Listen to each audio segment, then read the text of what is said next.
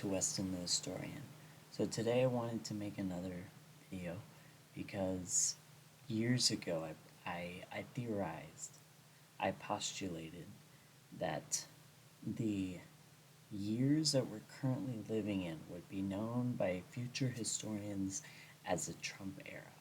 And of course, when I was talking about this, it was like maybe, because I remember when I made that video, I believe it was during Biden's administration, but now under the second Trump administration, and now that I'm older, I do sincerely believe that we are living under what could be described as the Trump era. Now, what exactly does that mean? So that means that Trump is basically the center of all political life in America right now, and also in the world, and has had and is continuing to have a profound impact on basically everything in the country and basically everything in the world.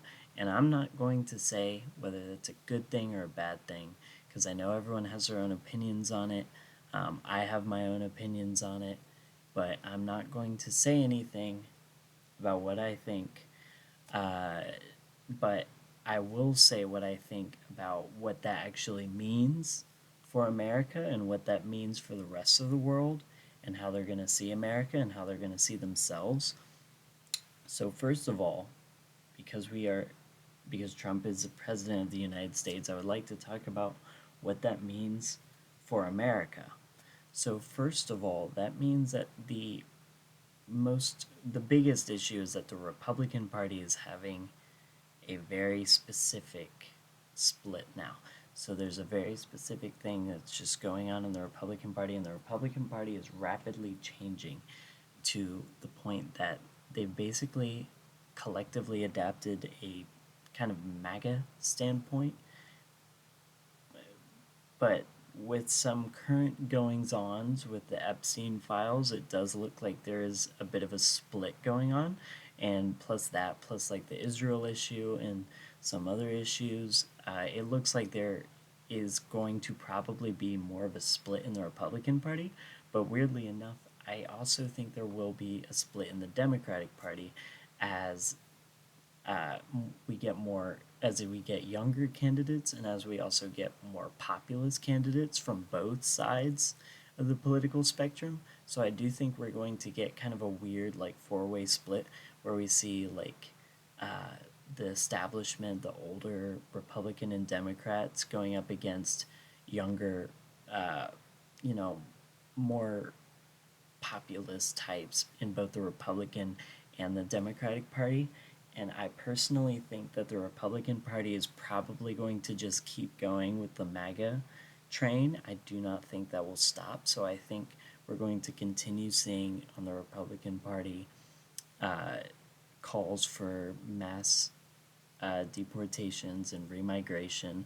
And I think we're going to continue seeing calls for tariffs and self-isolation. I do think there will be some things in the Republican Party that will change as like against what Trump has done. I think the populist MAGA crowd probably will start moving away from Trump. I mean, they have to, because Trump has only a few more years left to be president, and I don't know, he's an old man. But with that being said, the MAGA crowd is going to move beyond Trump. And I think a lot of people probably are going to distance themselves from him regarding the whole Epstein files, because that has been a pretty big issue in basically every American's mind, including the MAGA crowd. And there are some people who have been defending Trump on that, which I will say my opinion on that is insane. And but I think in the Republican Party, with this whole MAGA populist movement that has been pretty well established now with Donald Trump, I think they are going to move beyond Trump in the coming years. But they're going to keep going with a lot of the MAGA stuff, and they're probably going to change their views. Not change their views. I think they're going to still be very they're probably still going to have a very negative view of the Epstein files, and I think there will probably be more of a negative view of Trump among the MAGA crowd as time goes on. But that's a theory. I'm just throwing words out. That's just my theory. Um, but I think that will happen. I think there's probably going to be a stronger anti-Israel bias, and I think there's probably just a lot more focusing on America in self-isolation on the Republican side. That is what I think will probably happen. And I think on the Democratic side, there's gonna, of course, still have that older, established Democratic base, but then there's going to be more populists, and probably more people who are uh, outspoken, and blatantly socialist. People who are not afraid of that label. I think we have reached the point in America where the term socialist does not have the same effect that it did in like the 50s or 60s or 70s, like that. The Cold War, uh, the generation that still remembered the Cold War is getting replaced by these younger people who don't really care as much.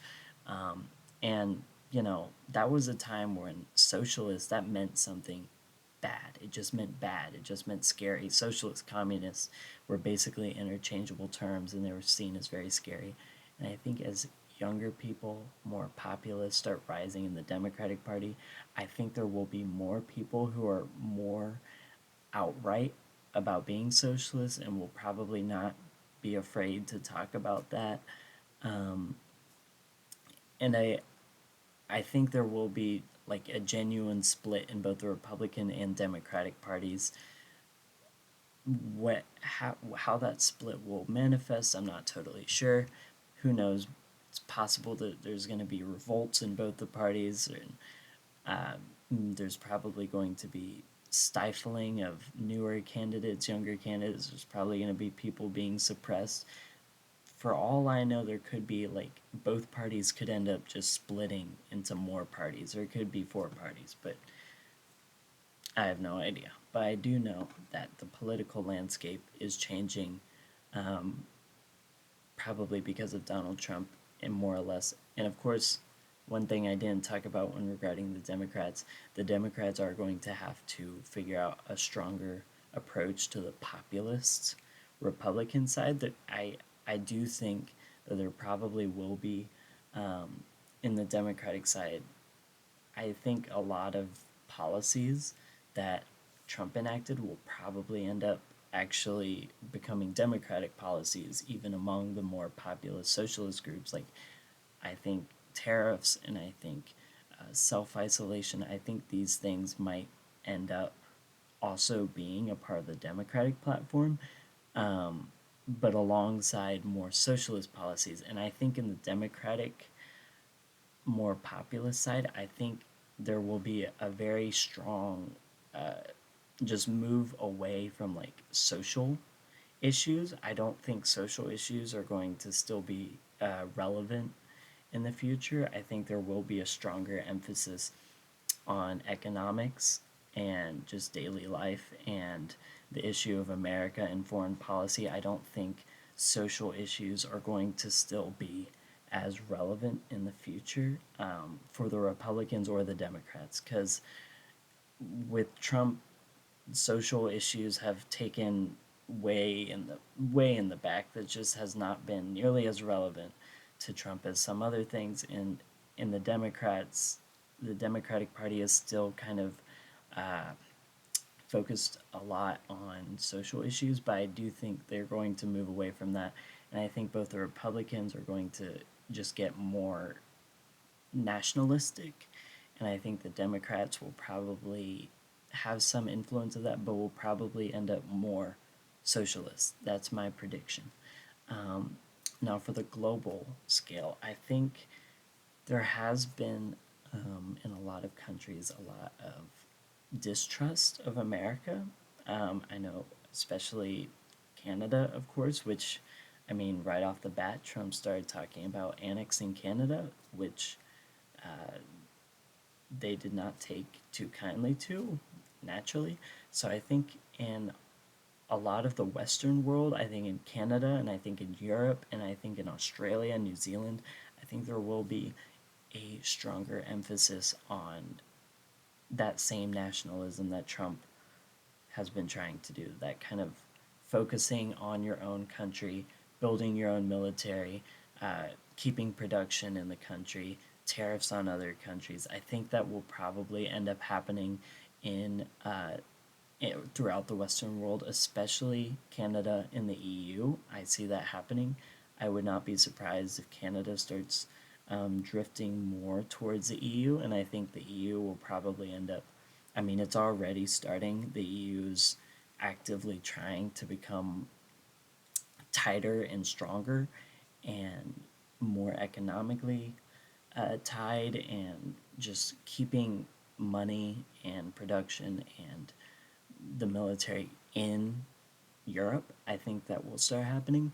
And I do think in the future, I think Russia and China are going to take this as an opportunity to expand their own influence in the world. And I think, um, I don't know if the Russia Ukraine conflict will end in the next few years, but I don't know. I kind of doubt it, but I think Europe will probably I this is something happening which if something big like this were to happen, it would trigger a whole sort of things, but I think Europe could actually intervene if things just don't go the way that they're supposed to, if the war keeps dragging on for too long, if for whatever reason it looks like Russia might actually win, which I don't really think so, but I think Europe could intervene. I think